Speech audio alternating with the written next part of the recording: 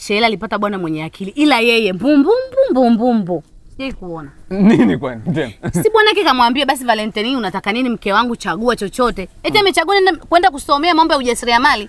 Naitwa su financial su kingdom su freedom su kingdom. Anataka akasome ujasiriamali awe na financial freedom. Eti jamani, yani mambo ya kina Mandela huko zamani. Zawadi ya Valentine.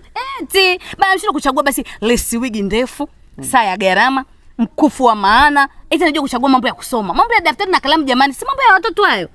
Hivi kwani mimi nauze eti nienda kukaa sasa naanza kusoma mambo sio ya kingdom freedom kweli? Hapa nilijichanganya. Hapana kwa kweli. Yaani bwanake kajichanganya kule, sio mke yangu nipata mimi. Enjoy. Ungechagua nini wewe hapo sasa ndo nikuulize. Hii Valentine unataka nikufanyie nini baby? Wigi baby. Sio ninapokuwa inapendeza hata kutoka na mimi navutia. Aenda kusoma eti mambo ya semina.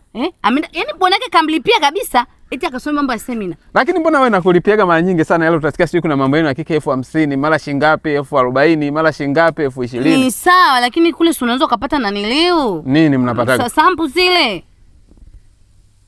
Na kuna marupurupu vile. Marupurupu ni nini? Sisi jamani, yani hata sifa zile huko kwenye semina unapata sifa gani? Si ndio unajifunza wewe ujasiriamali unaosema? Kwa nini sasa jamani? Haya mambo ya zamani. Unakuwa na financial freedom kama mwanamke. Naona msifia Sheila. Sijamsifia nakwambia tu wewe. Lakini wewe umesema financial freedom namwachia Mandela. Ndio, ni mambo ya zamani ya kina Mandela huko. Mimi siwezi kufunani fanya. Yaani Sheila ana akili. Mimi nilikwambia mume wangu mshamba yule. Yaani mume wake kachapia kwa kweli. Yaani baba ana akili ila mwanamke alipata mfogazi. Ila mimi sasa sina akili ila nilipata mwanamke mwenye akili. Yaani wewe ndio ni kweli mimi na akili. Ila mume wangu nitakuchangamsha hata usijali. Ila tutaenda sawa. Hapa ni. Tunaona mtaa mzima wananijua hata kuliko Sheila.